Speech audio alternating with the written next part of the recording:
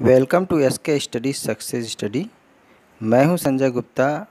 आप लोग देख रहे हैं chemistry class 10th acid bases and salts part 3 properties of acid.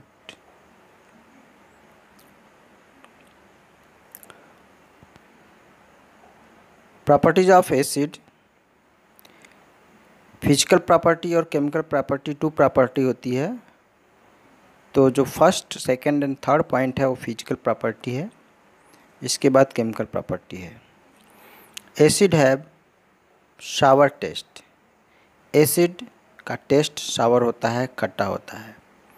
जैसे आप लोगों ने देखा होगा लेमन जूस खट्टा होता है, यानी उसमें एसिड होता है।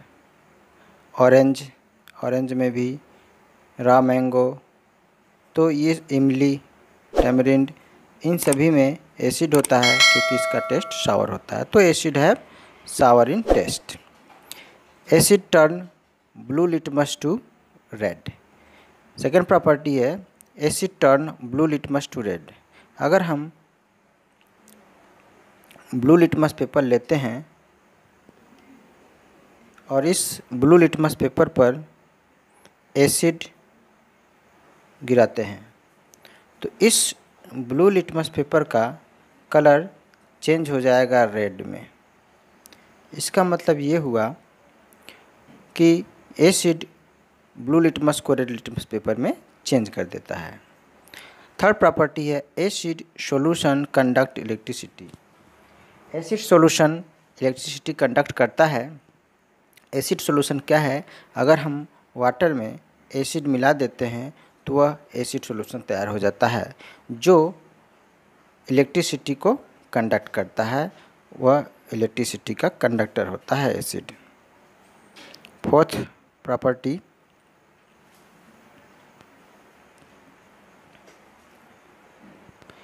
Acid react with metal. Acid react with metal to form hydrogen gas. Acid metal से रिएक्ट करके हाइड्रोजन गैस प्रोड्यूस करती है। वर्ड इक्वेशन इसका है मेटल प्लस एसिड, यानी एसिड मेटल से रिएक्ट करता है, साल्ट और हाइड्रोजन गैस प्रोड्यूस करता है। साल्ट बनाता है और हाइड्रोजन गैस प्रोड्यूस करता है। जैसे जिंक मेटल है, Zn zinc metal plus acid में H2SO4 सल्फ्यूरिक एसिड जिसे कहते हैं। तो Zn plus H2SO4 equal to ZnSO4 plus H2 ये हाइड्रोजन गैस यहाँ पर प्रोड्यूस हो रही है। और जिंक सल्फेट साल्ट, ये जिंक ZnSO4 क्या है? जिंक सल्फेट है। जिंक सल्फेट एक साल्ट है। तो Zn plus H2SO4 equal to ZnSO4 plus H2। तो metal zinc metal acid H2SO4 acid से रिएक्ट करके जिंक सल्फेट साल्ट बनाता है, हाइड्रोजन गैस प्रोड्यूस करता है। हाइड्रोजन गैस का एक टेस्ट है कि हम कैसे पता करेंगे कि निकलने वाली गैस हाइड्रोजन गैस है। तो क्या करेंगे? अगर एक टेस्ट ट्यूब लेते हैं,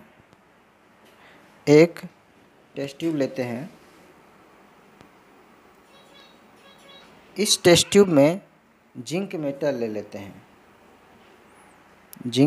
लेते हैं और इसमें H2SO4 मिलाते हैं। तो जब जिंक मेटल में H2SO4 मिलाएंगे तो एक गैस निकलेगी जिसे हम कहते हैं H2, हाइड्रोजन गैस कहते हैं। और इस H2 के पास अगर हम बर्निंग मैच स्टिक और बर्निंग कैंडल लाते हैं तो पॉप साउंड प्रोड्यूस होता है। और पॉप साउंड प्रोड्यूस होने का मतलब है निकलने वाली गैस हाइड्रोजन गैस है।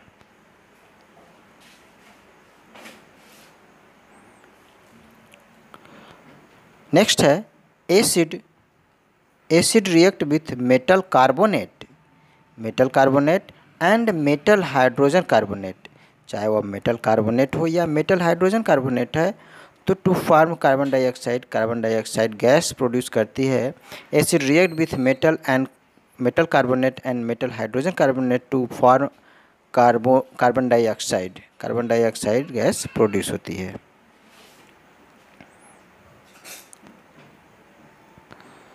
Metal carbonate plus acid equal to salt, carbon dioxide and water.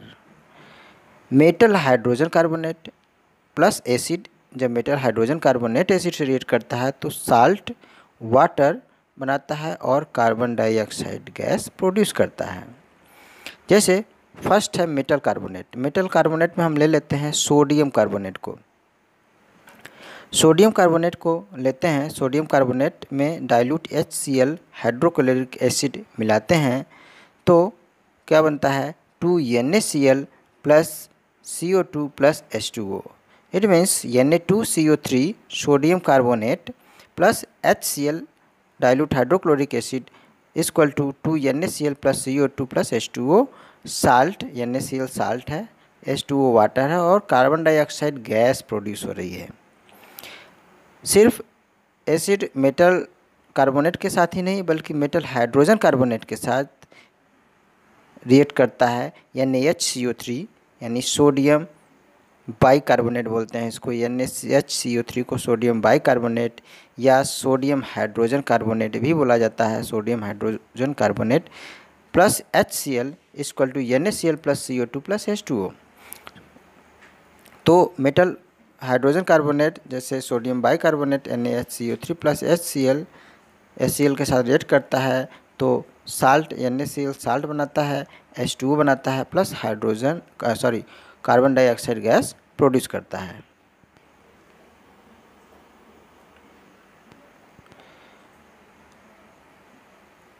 When carbon dioxide gas is passed through lime water, अगर हम लाइम वाटर में कार्बन डाइऑक्साइड गैस पास कराते हैं। When carbon dioxide gas is pass through the lime water means चूने का पानी, CaOH twice जिसे हम कहते हैं कैल्शियम हाइड्रोक्साइड CaOH ट्वाइस चूने का पानी। लाइम वाटर टर्न्स मिल्की, और जो लाइम वाटर जो कलरलेस होता है वह मिल्की में चेंज हो जाता है ड्यू टू द फॉर्मेशन। क्यों चेंज हो जाता है? Due to the formation of white precipitate of calcium carbonate, क्योंकि कैल्शियम कार्बोनेट का वाइट प्रेसिपिटेट बनता है। अगर हम चूने के पानी यानी लाइम वाटर में कार्बन डाइऑक्साइड पास कराते हैं तो कैल्शियम कार्बोनेट बनता है जिसके कारण वह लाइम वाटर मिल्की हो जाता है। ये क्वेश्चन इंपॉर्टेंट क्वेश्चन है क्योंकि एग्जाम में पूछा जाता है कि what happen when carbon dioxide gas is pass through the lime water.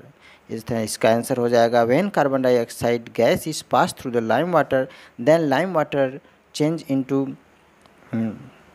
Lime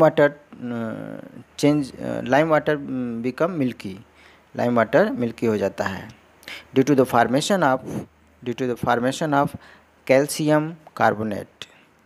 white precipitate बनता है CaOH ट्वाइस, ये चूने का पानी यानी लाइम वाटर है, कैल्शियम हाइड्रोक्साइड, इसमें carbon dioxide CO2 gas entry कराते हैं जिससे CaCO3 का वाइट प्रेसिपिटेट बनता है।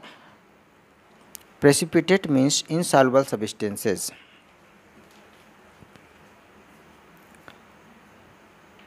नेक्स्ट है if excess of carbon dioxide gas is passed, अगर उसी लाइम वाटर में हम देर तक कार्बन डाइऑक्साइड पास कराएं तो क्या होगा? ये भी क्वेश्चन पूछा जाता है, इंपॉर्टेंट क्वेश्चन है। वीडियो पूरा ध्यान से देखिएगा, आप लोग अंत तक देखिएगा क्योंकि इसमें इंपॉर्टेंट क्वेश्चन भी है। If excess of carbon dioxide is passed through the lime water then calcium hydrogen carbonate is formed. Calcium hydrogen carbonate बनता है CaCO3 and H2O means calcium carbonate. अगर हम अभी इसके ऊपर वाले रिएक्शन में देखे थे कि CaOH ट्वाइस में अगर कार्बन डाइऑक्साइड CO2 पास कराते हैं तो CaCO3 और CO2 बनता है। वही CaCO3 और CaCO3 और H2O बनता है यानी कि कैल्शियम कार्बोनेट प्लस वाटर। और इसी कैल्शियम कार्बोनेट प्लस वाटर में अगर हम कार्बन डाइऑक्साइड देर तक एंट्री कराते हैं, पास कराते हैं, देखिए यहाँ पर कार्बन डाइऑक्साइड पास करा रहे हैं CO2 यानी CaCO3 plus H2O plus CO2 equal to CaHCO3 twice means calcium bicarbonate बनता है। कैल्शियम हाइड्रोजन कार्बोनेट भी बोलते हैं इसको। ये क्लियर सॉल्यूशन होता है, HCO3 का क्लियर सॉल्यूशन मिलता है, प्रेसिपिटेट सॉल्यूशन नहीं। नेक्स्ट प्रॉपर्टी है एसिड की, property number 6।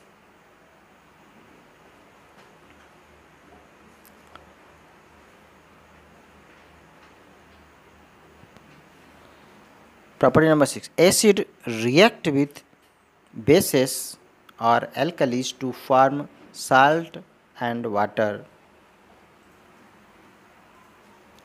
Acid react with bases to form salt and water. Acid base से रिएक्ट करके साल्ट और वाटर बनाता है और इस रिएक्शन को हम कहते हैं न्यूट्रलाइजेशन रिएक्शन, क्योंकि जब हम एसिड और बेस को मिलाते हैं तो एसिड बेस के इफ़ेक्ट को समाप्त कर देता है और बेस एसिड के इफ़ेक्ट को समाप्त कर देता है और वह न्यूट्रल हो जाता है, इसलिए इसको हम कहते हैं neutralization reaction. Acid plus base equal to salt and water. Acid के रूप में हम मान लेते हैं कि HCl हाइड्रोक्लोरिक एसिड ले लिए और बेस है NaOH सोडियम हाइड्रोक्साइड ले लिए। दोनों के बीच रिएक्शन हुआ HCl plus NaOH equal to NaCl and H2O। NaCl क्या है? साल्ट। NaCl साल्ट बना प्लस वाटर बना। ये प्रोसेस न्यूट्रलाइजेशन रिएक्शन कहा जाता है। इसमें एक नाम आया है एल्कलीज। एल्कलीज क्या होते हैं? Alkalis are bases. Alkali base ही होते हैं, लेकिन हम कह सकते हैं इसको soluble bases. Soluble bases are called alkalis. Alkalis तो जो सॉल्युबल बेस होते हैं उसको हम एल्कली कहते हैं। नेक्स्ट प्रॉपर्टी है एसिड की property 7। Acid react with metal oxide to form salt and water. Acid react with metal oxide के साथ भी रिएक्ट करके साल्ट और वाटर बनाता है। Metal oxide plus acid equal to salt and water. Metal oxide मान लेते हैं कि CuO है, CuO कॉपर ऑक्साइड जो ब्लैक कलर का होता है और इसमें हाइड्रोक्लोरिक एसिड HCl मिलाते हैं तो CuCl2 कॉपर क्लोराइड का सॉल्यूशन मिलता है और प्लस वाटर बनता है, यानी CuO plus 2HCl equal to CuCl2 plus H2O। अब जब इस मेटल ऑक्साइड कॉपर ऑक्साइड में HCl मिलाते हैं तो ब्लैक कलर CuO का जो ब्लैक कलर होता है वह चेंज हो जाता है ब्लू ग्रीन कलर में। अब ब्लू ग्रीन कलर में चेंज होना ये शो कर रहा है कि साल्ट का फॉर्मेशन हो गया है, Cu कॉपर क्लोराइड बन गया है। तो एसिड मेटल ऑक्साइड के साथ भी रिएक्ट करके साल्ट और वाटर बनाते हैं।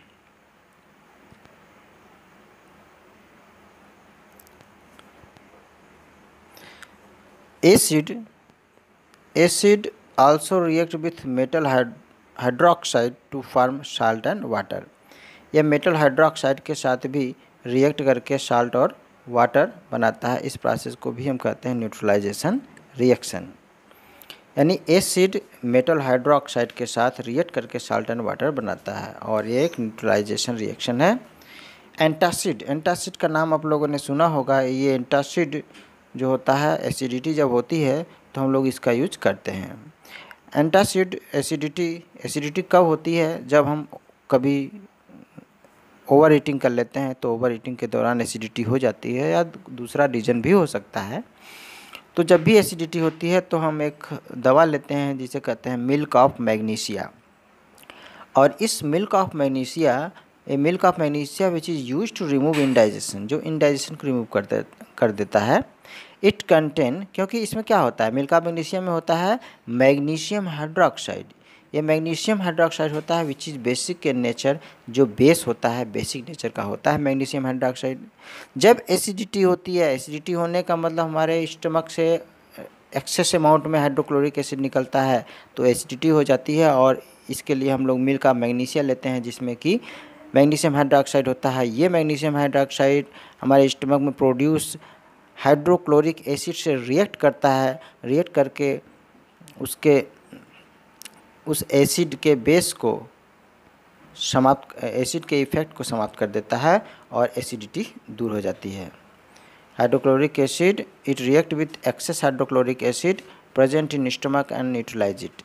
जैसा कि हम लोग जानते हैं, इसके पहले पढ़े हैं, एसिड जब बेस से रिएक्ट करता है तो वह साल्ट एंड वाटर बनाता है, जो कि एक न्यूट्रलाइजेशन रिएक्शन है, वो इसको न्यूट्रल कर देता है। जब एसिड और बेस को मिलाते हैं तो एसिड बेस के प्रभाव को समाप्त कर देता है और बेस एसिड के प्रभाव को समाप्त कर देता है। इसका मतलब है कि हमारे बॉडी में जब हमारे बॉडी के स्टमक में जब हाइड्रोक्लोरिक एसिड प्रोड्यूस होता है तो मिल्क ऑफ मैग्नीशिया लेते हैं, जो उस एसिड के इफेक्ट को समाप्त कर देता है और उसे न्यूट्रल कर देता है और एसिडिटी दूर हो जाती है। ये भी क्वेश्चन इम्पॉर्टेंट है, एग्जाम में पूछे जाते हैं। लास्ट प्रॉपर्टी है ये एसिड की।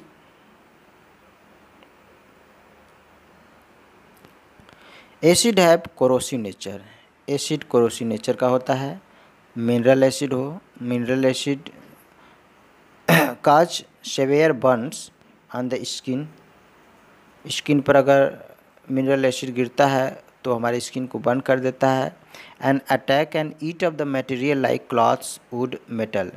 और जिस मेटल पर गिरेगा उसको कोरोट कर देगा, वुड पर गिरेगा उसको कोरोट कर देगा, क्लॉथ्स को नष्ट कर देगा। यानी हम कह सकते हैं कि acid are the corrosive in nature. Acid corrosive nature के होते हैं।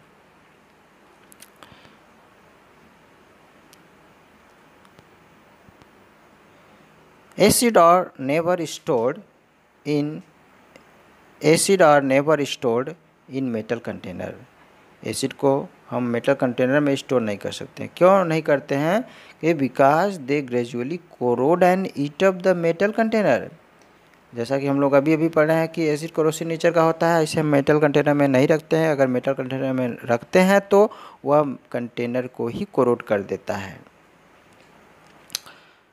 If someone is suffering from acidity, we can suggest taking baking soda solution NaHCO3 sodium bicarbonate जिसे कहते हैं एज रेमेडी। अगर इसका मतलब ये हुआ कि अगर कोई एसिडिटी से सफरिंग है तो हम उसको सजेशन देते हैं कि वो बेकिंग सोडा ले ले। आखिर हम बेकिंग सोडा का सजेशन क्यों देते हैं? Because baking soda is a base. Baking soda क्या है? बेस है विच react with access HCl in the stomach. जो स्टमक में प्रेजेंट एक्सेस हाइड्रोक्लोरिक एसिड को न्यूट्रलाइज कर देता है उसको। तो क्योंकि बेकिंग सोडा खाने वाला सोडा या सोडियम बाइकार्बोनेट या सोडियम हाइड्रोजन कार्बोनेट भी बोलते हैं इसको। तो ये बेकिंग सोडा हम लोग लेते हैं ताकि बेकिंग सोडा बेस है और हमारे स्टमक में प्रोड्यूस HCl से रिएक्ट करके उसके इफेक्ट को समाप्त कर देता है और एसिडिटी दूर हो जाती है। जैसा कि मिल्क ऑफ मैग्नीशिया हम लोग लेते हैं। तो कोई भी एसिडिटी की अगर दवा लेते हैं तो उसमें बेस होता है ताकि वह एसिड के इफेक्ट को समाप्त कर दे और एसिडिटी समाप्त हो जाए। तो एक क्वेश्चन है, कमेंट बॉक्स में आप लोग कमेंट करके बताइएगा कि एक बीकर है, एक बीकर में हम लोग लाइम वाटर ले लेते हैं। लाइम वाटर, चूने का पानी। चूने के पानी का फार्मूला है CaOH ट्वाइस ले लेते हैं बीकर में, लाइम वाटर ले लेते हैं और इसमें एक ट्यूब डालते हैं, एक ट्यूब, और इस ट्यूब को माउथ से यहाँ पर माउथ से इसमें हवा भरते हैं या हवा देते हैं या फूंकते हैं। इस बीकर में CaOH ट्वाइस लेने के बाद माउथ से उसमें 25 से 30 बार या 25 से 30 बार या उससे अधिक टाइम्स हम इसमें फूंकते हैं। तो थोड़ी देर बाद देखते हैं कि जो CaOH ट्वाइस कलरलेस है वह मिल्की हो जाता है। मिल्की हो जाता है। क्यों? ऐसा क्यों होता है? Why colour of the CaOH twice change? Why lime water change into milky when we push air through our mouth, अगर हम अपने मुंह से फूंकते हैं 25 से 30 बार तो लाइम वाटर चेंज हो जाता है मिल्की में। ऐसा क्यों होता है, ये आप लोग कमेंट करके बताइएगा। Okay, thank you.